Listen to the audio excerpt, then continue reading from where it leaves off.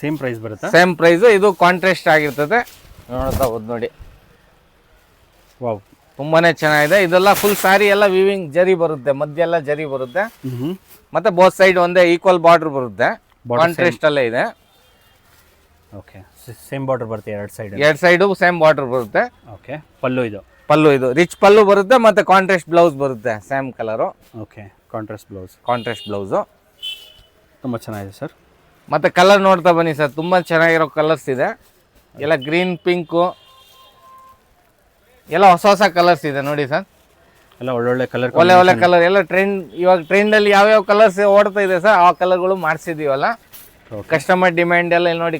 Customer ಡಿಮ್ಯಾಂಡ್ಗೆ ಏನು price ಅಂತ ಹೇಳಿದ್ರೆ ಇದ್ರದ್ದು ಸರ್? ಇದು ಜಸ್ಟ್ 850 ರೂಪಾಯಿ, ಓನ್ಲಿ 850. ಮತ್ತು ಇದು ಬಲ್ಕ್ ಬಯರ್ಸ್ಗೆ ಇನ್ನೂ ರೇಟ್ ಕಮ್ಮಿ ಆಗುತ್ತೆ.